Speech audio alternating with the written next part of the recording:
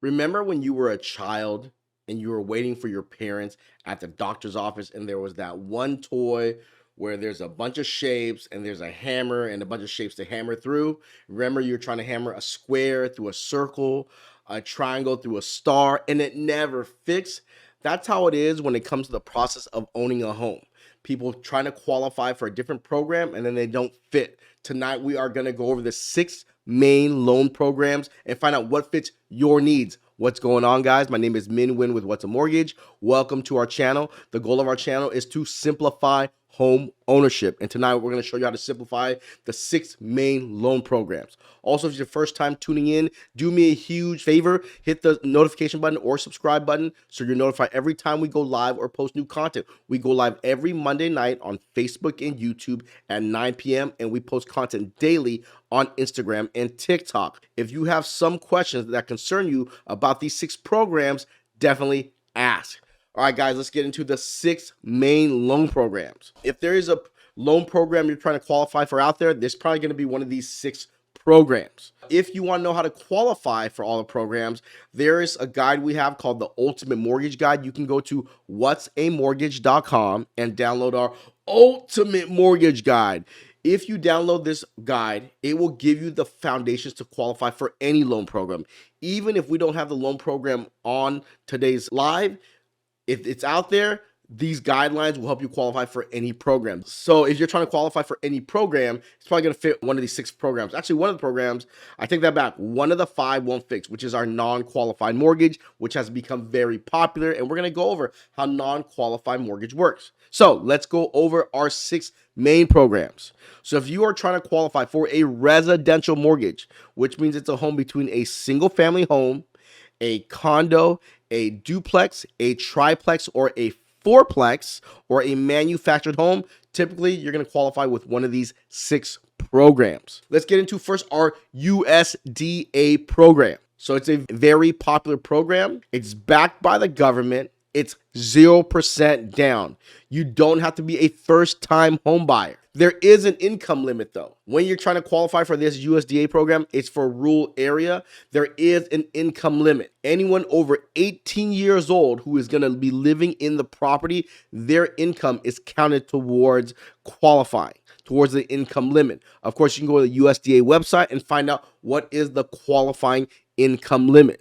So when you're doing the loan application and they find out who your dependents are and how old they are, if there is a dependent over 18 and they are currently working, that income is counted towards your income limit. Another thing with USDA, which differs from other programs, there is the USDA commitment review. VA loan, FHA conventional.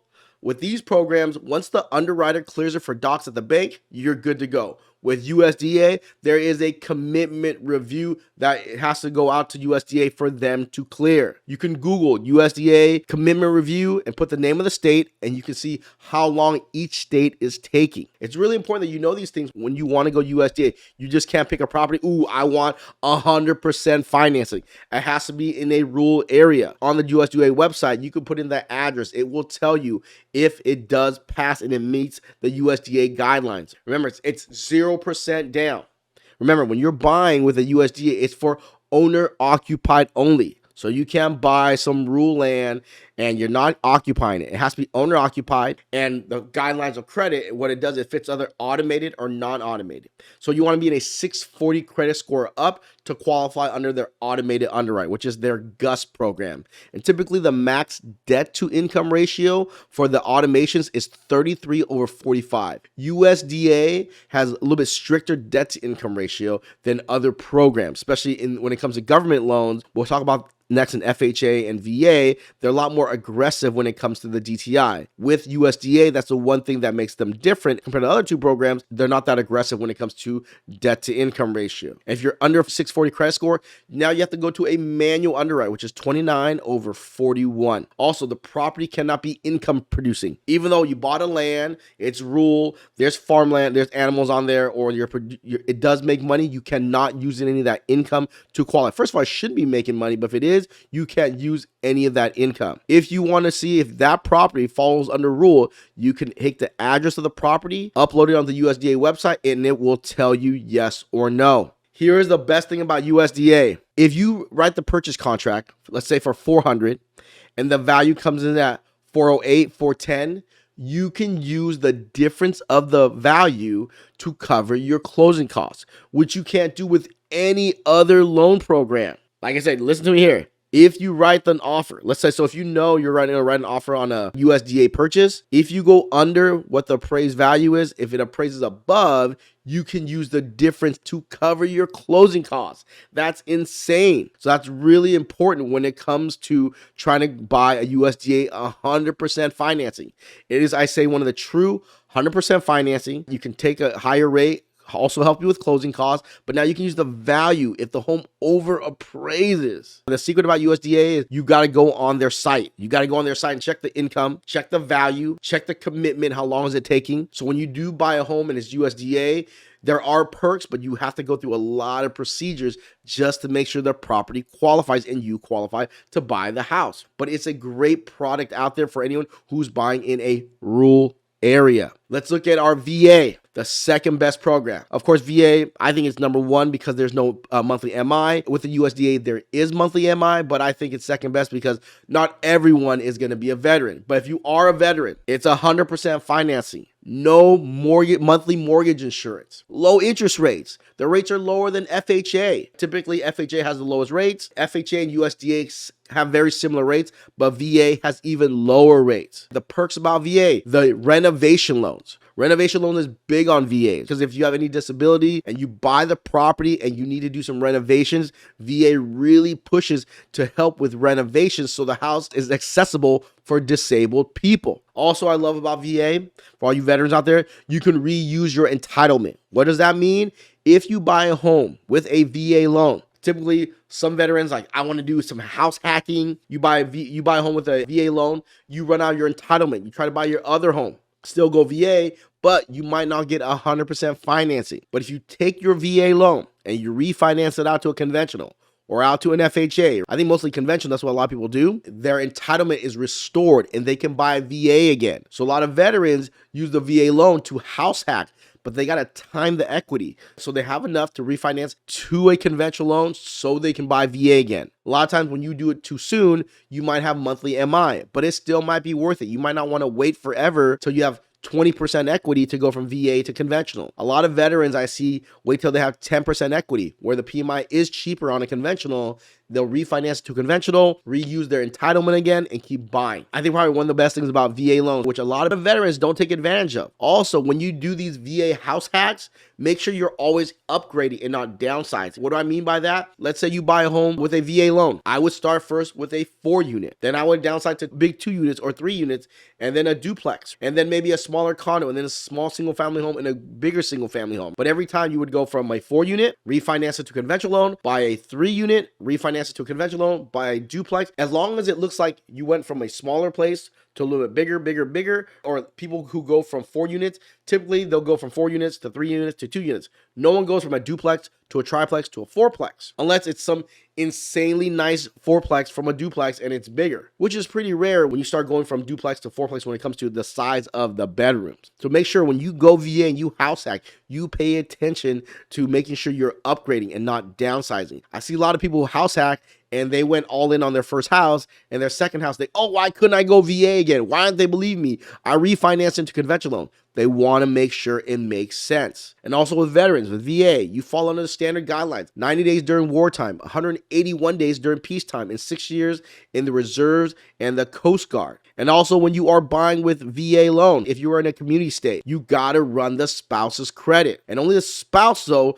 can help you co-sign to buy a home with a VA loan unless the other person who's buying with you is also a veteran and has their veteran benefits. Outside of that, you can't use your brother, your sister, your mom, your dad, your cousin. It must be a spouse or someone else who has VA benefits as well. The cool thing about VA, 580 FICO score and up. You can go under 580, but not a lot of lenders are doing under 580s right now. I'm not saying that there isn't any, but it's really hard to find. So if you want to make sure you have a high chance of qualifying and a road of less resistance, you want to go with a 580 credit score. The properties are eligible: single family homes, condos, townhouses, duplex, triplex, fourplex, and manufactured home. Here's the tricky thing about VA. You can always refinance your VA loan into an investment VA loan. You can buy an investment property with a VA loan, but like I said, if you have multiple VA loans, you can refinance your investment as a VA investment loan, but you just can't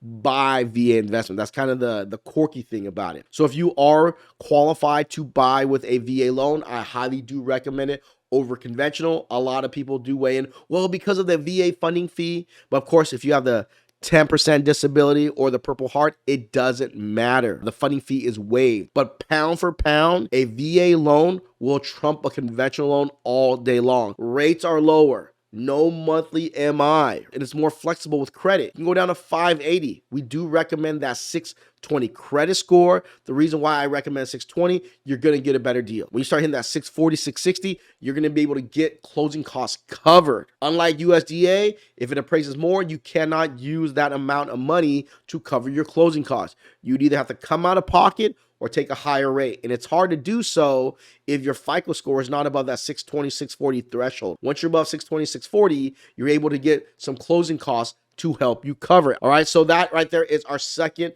popular loan program. Let's talk about the third one, FHA loans. So FHA loans, they're backed by the government. They have monthly PMI that is permanent unless you put 10% down. If you are buying with 10% down or more on a FHA loan, which I see people do because of their BKs. It's kind of weird. It's like you have a bankruptcy that you said you cannot pay the bills, but you can buy FHA and put 10% down, which I see people do. I don't know how they're doing it or how they're getting away with it. Like I said, I'm not here to judge, but typically when you file bankruptcy, you tell your debtors you can't pay them off. But for some reason, you have the 10% to put down on an FHA loan. And on the 11th year, your PMI will fall off without refinancing. That is the only time. Of course, rules and laws can change. But for now, it's backed by the government. The PMI is permanent unless you put 10% down. But that's why FHA rates and VA rates and USDA rates are so low. They're backed by the government. A lot of the risk is taken off the investors. Because they're taken off, they don't have to give you a higher rate because of risk. Standard FHA, 580 credit score and up, 3.5% down. When you go under 580, it's 10% down. The DTI requirements is 620, 45 over 55% debt to income ratio. From 580 to 620, it can vary. Every lender has their own specific overlays when it comes to 580 to 620. And from 500 to 580, it's very standard, 31 over 43% debt to income ratio. When you buy with FHA, it's only for owner occupied only. You cannot buy it as a second home or an investment. You must occupy the property for at least 12 months. If you buy it after you occupy for 12 months, now you can convert it into an investment property. People ask that question all the time. For all the house hackers out there, I know the minimal down payment is 3.5% down. So you come in with minimum down, but you gotta move in it. There's something called an occupancy check, which they don't do often, but if they came to the property and they did an occupancy check and you do not live there, that is a huge lawsuit. That is a huge fine. You go to Bootyville for that.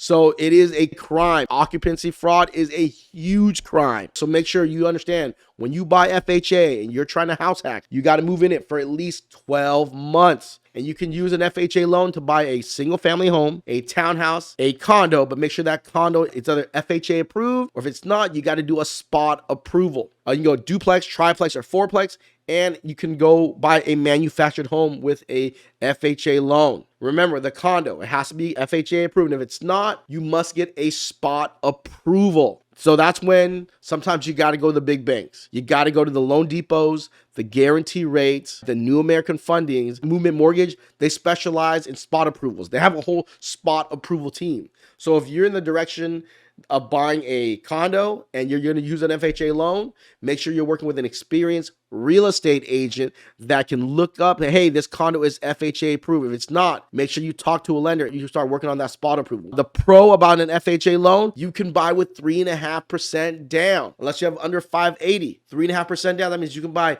duplex, triplex, and fourplex, which you can't do with other programs. So it's really important that you understand the power of FHA, but also know their guidelines to make sure that you qualify to buy. We forgot about one of the programs, The jumbo loan. So a jumbo loan is when you buy a home in an area where you exceed the conventional loan limits. If you exceed the conventional loan limits, the next step is a jumbo loan. Depending on where you want to buy, type in conforming loan limit 2000, whatever year you're buying in. If the area you're buying in, they have a specific loan limit. If you go above that loan limit, it's called a jumbo loan amount. So if you go $1 over, you got to follow the jumbo guideline. Typically, jumbo loans are above conforming loan limits and they're portfolio loans, which means every bank, every investor has their own specific guidelines. They're very similar, but everyone has something a little bit quirky, a little different. You go to a credit union, you go to big banks, mortgage brokers who brokers to other wholesale lenders. They have their own guidelines. So when you go above the conforming loan limits, definitely whatever lender you're working with, hey, I need to know the guidelines. So if you know how to qualify for home ownership, if you haven't downloaded our Ultimate Mortgage Guide, go to whatsamortgage.com and download our Ultimate Mortgage Guide. In our guide, it will tell you how to qualify for any program. What's the debt to income ratio? What's the middle credit score? How are they going to use the income? How can I use my assets for my down payment? Every program will have their own DTI, income, credit, asset. If you understand that, you'll know how to maneuver. So you go with the jumbo loan, doesn't matter what portfolio they're a part of. It doesn't matter. Once you understand how it works, you understand I can qualify for this. So here are some standard guidelines though if you're going to go with a jumbo loan. Typically with jumbo loans, they want a 660 credit score and higher. Prefer 720 if you want to get something with a respectable rate and a respectable payment that you like. Typical debt to income ratio, 43 over 43. Sometimes no room for debt if you're going with the max mortgage payment. But some are even stricter. 31 over 43. Maybe you're gonna buy for 2-3 million. When you start getting into the 2 million, the 3 million, the 4 million, they allow lower debt to income ratio. When I see 43 over 43, I'm thinking it's probably like $1 million loan amount, $1.5 million. But when you start getting the 2-3 million, that's when things change. Also, when you go to jumbo, typically 10% down or more. Of course, when you get in the higher loan amounts, it might be 20% down or 30% down. Let's say you buy a house for $5 million. Sure, it's going to be 20 to 30% down, not 10% down. You buy it for 1.5, 1.6, 2 mil, 1.2.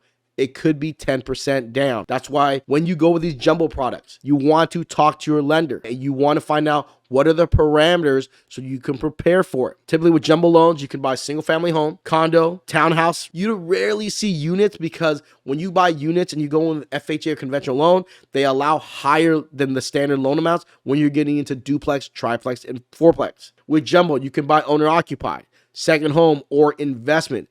Jumbo loans are more diverse. You don't have to be owner occupied. But of course, when you go second home or investment, it is a higher risk. Okay, so make sure when you go jumbo, you want to know all the guidelines up front. You want to know all these pain points and these hurdles so you can start attacking it right away. I see a lot of people follow specific, oh, I'm going to do this, I'm going to do that, but they don't know the guidelines. They just know either someone posted something on the internet and without knowing the details, and they follow that information and all of a sudden they don't qualify. So it's really important that you understand the pain points, and the best way to find them, you want to go to our whatsamortgage.com and download our Ultimate Mortgage Guide. If you have a question tonight, I will make sure I answer your question at the end of this live. All right. Hopefully that helps you out. Let's get into the fourth loan program, conventional loans. Conventional loans, it's not backed by the government. Even though Fannie Mae and Freddie Mac run it, they're with the government, but they're not really with the government. It's not backed by the government. That's the reason why they treat their interest rates different and the MI a lot different. It's like they're backed by the government, but they have more freedom than FHA, VA, and USDA. The minimum credit score, 620 and up. But if you talk to anyone who's buying a home with a conventional loan, or talk to any lender, any real estate agent,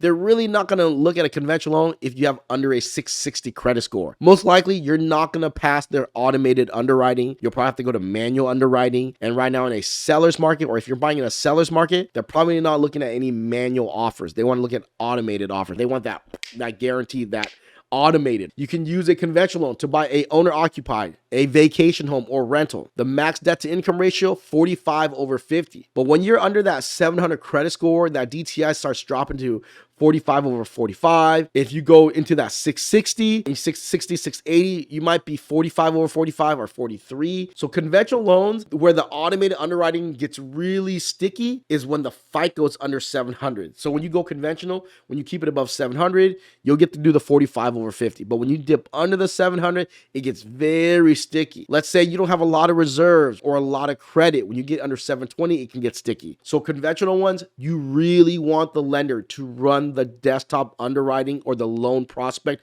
ASAP. Fannie Mae runs DU, desktop underwriting, and Freddie Mac runs LP loan prospect. So depending on which direction your lender's taking you, I want a copy of the DU. I want a copy of the LP. You want to make sure that they scrubbed against your credit and you have that automated approval, and you'll see approve eligible, or the loan is approved. It's doable. So you want to make sure that happens, especially as you're out there writing offers. The cool thing about conventional loan for owner occupied, if you put less than 20% down, you will have PMI, but the PMI is not permanent. If you put less than 20% down, you will have PMI. You put 20% down, there's no PMI. So when you put less than 20% down, you have PMI, but it's flexible. You can find a way to get rid of it without refinancing. That's why a lot of people choose to go conventional, because what happens down the road when they have the equity, but rates are higher? So do they sit with their PMI still? They hold on to it. If rates are higher, they might have to wait for enough equity for the PMI to fall off automatically. There's a lot more versatility when it comes to conventional loans with PMI. You can use a conventional loan to buy a single family home, a townhouse, condo, duplex, triplex, or 4-unit. When you buy a condo, the condo must be warrantable. If it's not warrantable, now you're going to get into a non-qualified mortgage, which we'll talk about in a second. So it's important that you know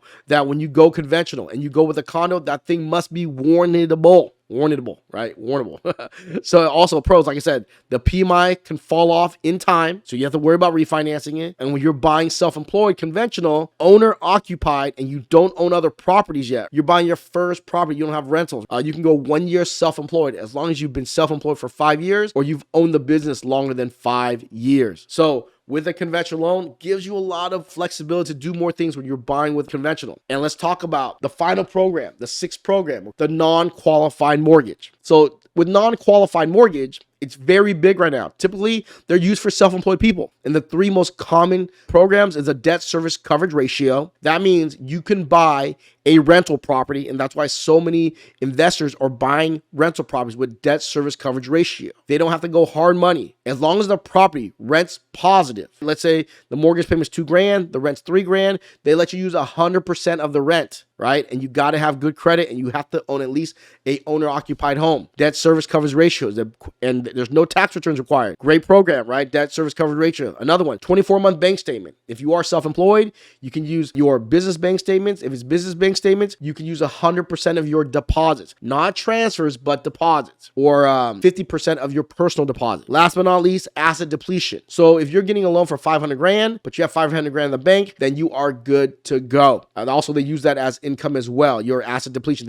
There's a math formula that they'll say, hey, this is my asset depletion. This is how much is going to be used as income to qualify for the other property. Let's say you're a wage earner. The common reason wage earners use non-qualified loans is non-warrantable condos, like I said. Or if there's a bankruptcy less than 2 years old, let's say they file BK, the BK is only a year old or 6 months old, but they qualify with their income, non-qualified mortgage will let you buy with a bankruptcy. But typically you're gonna have to put either 10 to 20% down depending on who you're getting the non-qualified mortgage with. Non-qualified mortgage is an alternative to hard money loans. They became very popular in the last 2 to 3 years, but last year it was probably the most popular because of the debt service coverage ratio. Non-qualified mortgage are typically 0.75 to 1% higher than conventional interest rates. That's why people love them. When rates were in the 3s, they were giving out these 24-month bank statement loans in the 4s. I even see them in the 3s. Also, when you get these non-qualified mortgage, typically they're going to charge you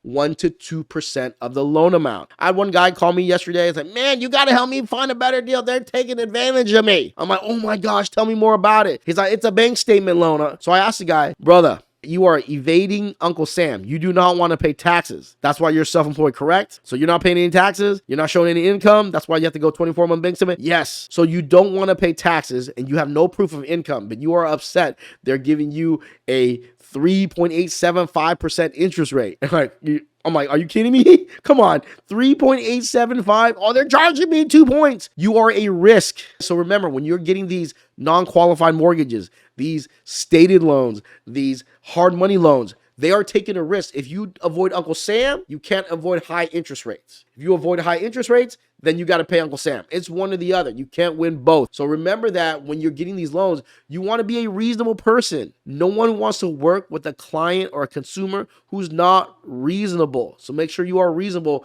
when you're qualifying for these non-QM programs. So that right there is our 6 mortgage programs. We have USDA, we have jumbo, we have VA, FHA, conventional, and non-qualified mortgage. When you're out there trying to qualify to buy a home, it's going to fall under one of the 6 programs.